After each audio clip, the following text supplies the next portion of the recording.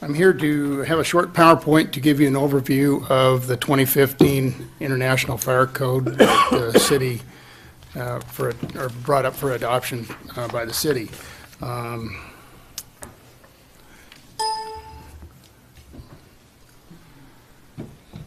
There we go. Minimum requirements.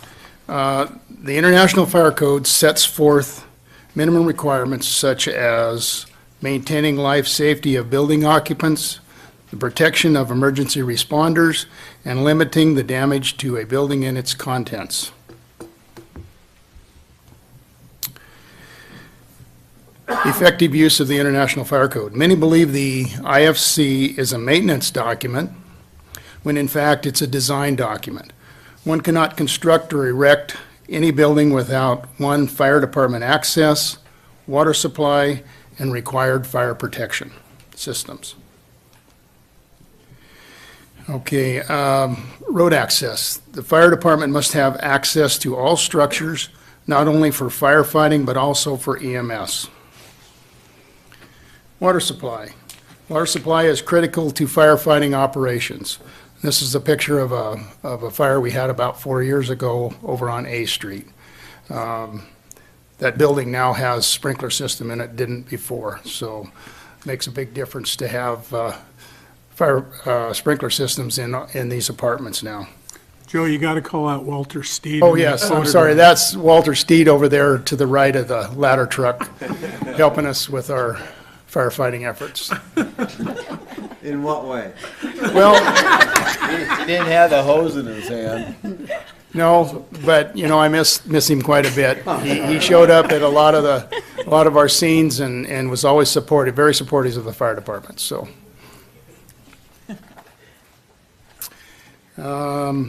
required fire protection systems. Fire protection systems are required in certain structures to protect the occupants, reduce the fire hazards within, and assist firefighters with suppression and control of fire.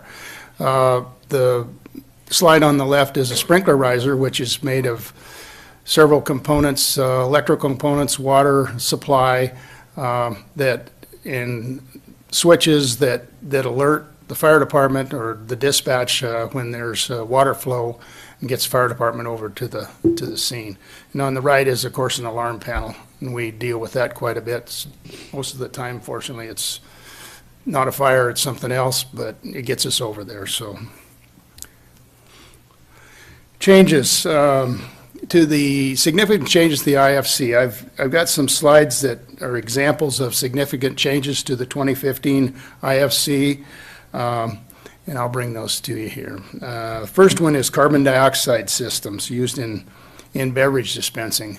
There's a lot of restaurants now that are going to larger capacity carbon dioxide systems, and this section requires buildings in which the CO2 systems are installed to be provided with either ventilation or an emergency alarm system. The hazard associated with these systems is that the heavier than air CO2 may accumulate and displace oxygen, creating an asphyxiation hazard. And many restaurants are using these systems now that contain more than 100 pounds of CO2. So it's important that as firefighters, we're able to recognize that these systems are there and there's a leak, and it also warns the customers if there's something going on to get out of the building, because it takes up the oxygen, you can't breathe.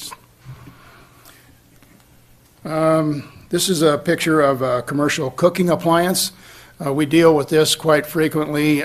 These are all inspected by our fire inspector once a year in restaurants. In the picture you see there, it's intended to end the practice of replacing flexible tubing with residential flexible piping on commercial cooking stoves. Residential flexible piping is more easily damaged when the cooking equipment is moved for cleaning, thus causing a fire and life safety problem with gas leaks and fires. Okay.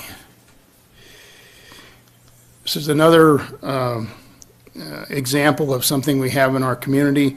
It's a hyperbaric facility. And this section, new section to the code, has given us the opportunity to provide the maintenance requirements so that such facilities continue to operate safely. The standard provides for detailed responsibilities for testing and inspecting these facilities, such as requirements for an on-site hyperbaric safety director and for training. This section of the code gives the fire inspector the ability to ensure records are maintained and inspected as per guidelines of NFPA 99 Healthcare Facilities Code. Okay.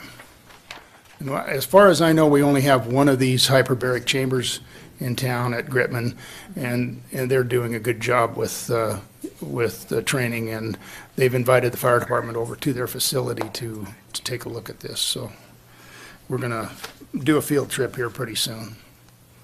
Solar photovoltaic power systems. This is becoming quite popular in Moscow also.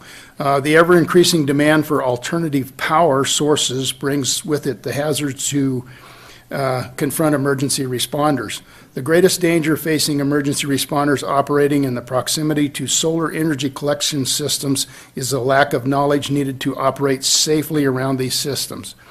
Some of the potential hazards associated with PV systems are tripping hazard and falls from firefighters operating on the roof.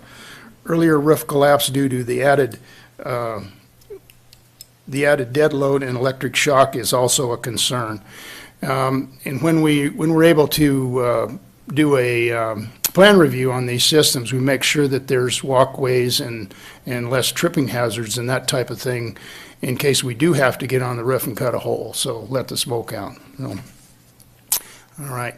By adopting the 2015 International Fire Code with its significant changes, the City of Moscow will provide a total approach of controlling hazards in all buildings and sites, regardless of the hazards being indoors or outdoors. And I'd answer any questions if anybody has them. Questions for Joe? I got one question, Joe, on the solar panels on top of a roof, for example. They're a tripping hazard, and I don't know how, I'm guessing, I don't know if we could fall through one of those things. I don't know what kind of weight restrictions on a solar panel. The building department they require the people that are designing these that they meet the load capacities on the roof. So they can't just put them on a roof that may collapse with the weight of the snow and the panels. So I think in that respect, the firefighters are safe. The big issue here is the fact that we need to be able to walk between the panels. They can't put them over the complete roof and cover it up. So there's no place to walk if we have to get up there and perform roof operations in a fire. So, and there's also some other requirements for where they connect the power sources on the building, and so we have areas to ladder the building too if need be. So it's good to be able to do a plan review and make sure that these things are being installed in a safe manner. Okay. So are you notified when someone installs? Yes, solar? yes. The building department notifies or sends me a plan review electronically, and I myself or the chief would look that over and make sure it meets the current code requirements. Other questions for Joe?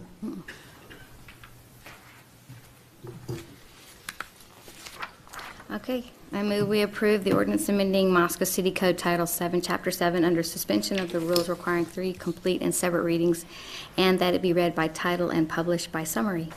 Second. Okay, we have a motion by Catherine and a second by Jim to approve the ordinance amending Moscow City Code Title 7, Chapter 7, under the suspension of the rules requiring 3 complete and separate readings, and that it be read by title and published by summary. Do you have further discussion from anybody? I'll start the roll with Ann. Aye. Thanks for the pictures. You're welcome. Aye. Aye. Aye. Okay, so we've approved that. Now, this is ordinance 2018-6. Ordinance 2018-6, an ordinance of the City of Moscow, Idaho, a municipal corporation of the State of Idaho, providing for the amendment of Moscow City Code 7, Title 7, Chapter 7, providing that the provisions of this ordinance be deemed severable, and providing for this ordinance to be in full force in effect from the date of the passage, approval, and publication according to law. Thank you, Joel.